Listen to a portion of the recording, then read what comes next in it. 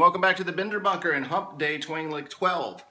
Hard to believe we've got a dozen of these in the can now. I'd like a dozen Hump Day Twang Licks to go, please.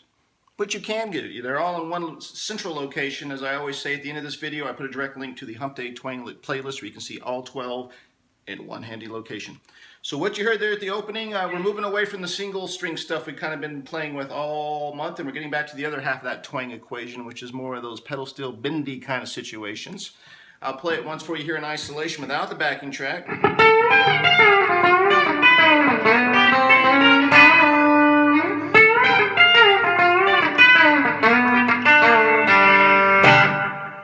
So, if you'd like to learn that and get a little pedal steel with it, stick around because that's coming up next.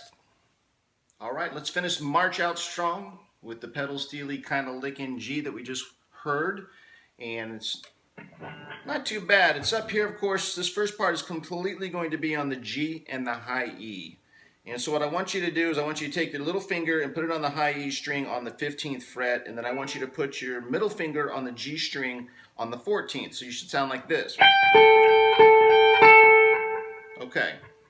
So now that we're going to do that, it's going to be kind of a three-note situation. It's the hitting the G string on the 14th and bending it up, then hitting the high E on the 15th, and then coming back to the G string, but a kind of a ghost note.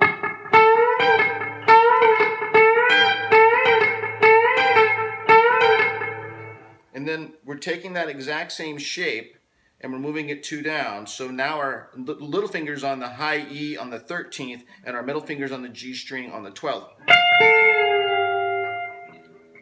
So we're bending up on this first part on the G string, hitting the high E, coming back to the D string, but more of a ghost note. And then the next part, we're actually starting with the high E string on the 13th. We've got the G string already bent so we can come down with it.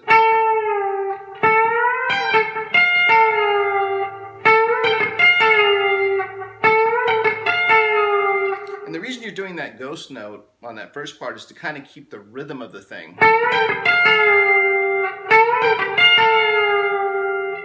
So again, we're starting by hitting the G string on the 14th, bending it up, and then hitting the high E on the 15th. Ghost noting it on the G string.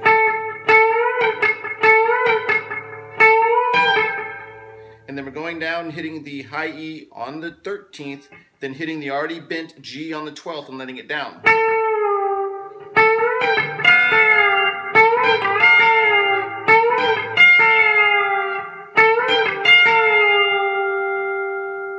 Okay, now we're going to switch fingers, and we're going to go down to the 10th fret, high E and G string still. It's still high E and G, but this time I want you to put your ring finger on the high E 10th, and I want your middle finger on the G string. And we're going to do the same thing, so think of this as a pair that we just did here, where we're starting on the G string and bending it. We're doing the same thing here on the 10th. We're going to start on the G string and bend it and hit the high E, come back and ghost note it. And then we're going down here to the...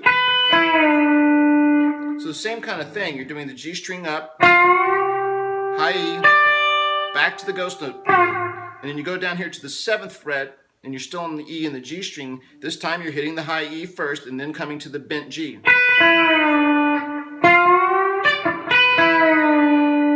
So you're doing the same thing, just slightly different chord shape.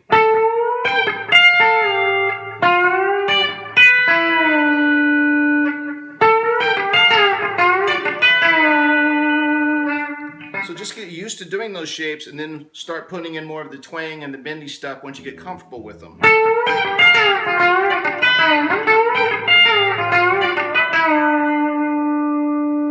And then the next part of this is we're just coming into what I always call the twang highway for G, which would be...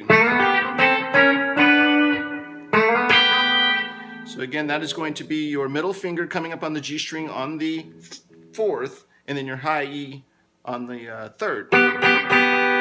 You're switching over, so it's just on the 5th, G and E together, walking it up. So you're coming off of that.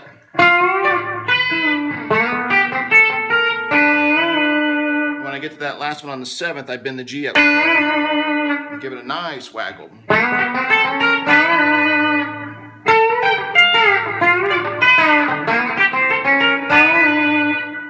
and listen to the pick on what I'm doing on that part.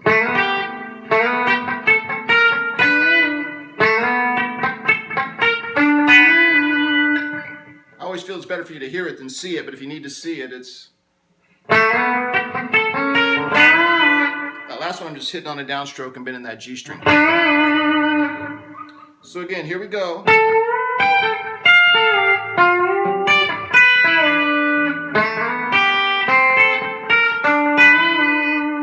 And I am kind of sliding in at the start of that run to the G string on the 4th, following with that high E on the 3rd behind it. Now here's a little trick I did at the beginning on that part that I didn't show you there, but what I like to do sometimes to mix it up, because this run kind of is hurt a lot, is I'll do this. So when I'm getting to the last 3 parts of it, which is I'll pick the high E and pull it off with my finger to an open string E.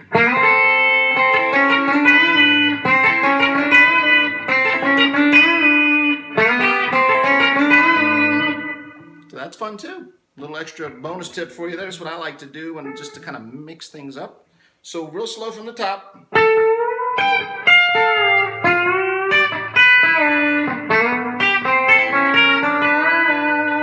Same thing.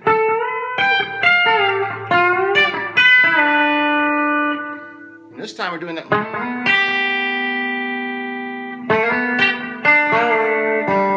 That's how I'm finishing it. So you kind of do the same thing. You roll up on the 4th and do the high E on the 3rd behind it. And then this time you go to the B string 3rd with your ring finger. And then the G string 2nd with your index. Open.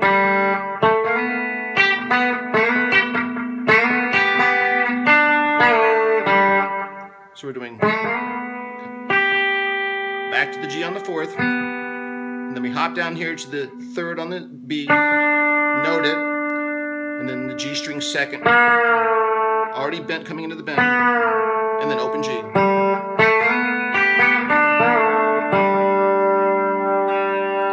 right, so from the top.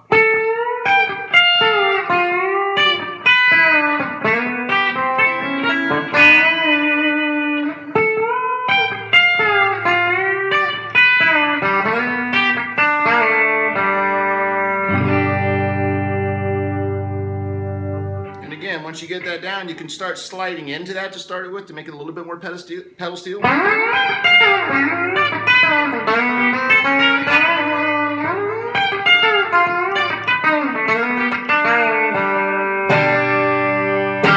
All right, that brings us to the close of March and Hump Day Twang 12, the big dozen. And so I'm going to fire up the loop pedal for the last time with this backing track, get us on out of here.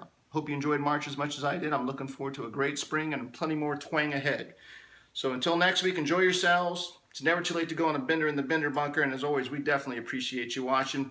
Feel free to leave a comment, a thumbs up if you enjoyed the lessons, if you enjoyed the month. And again, those other 11 Hump Day Twang licks are waiting for you in the Hump Day Twang lick playlist. All right, catch you next time.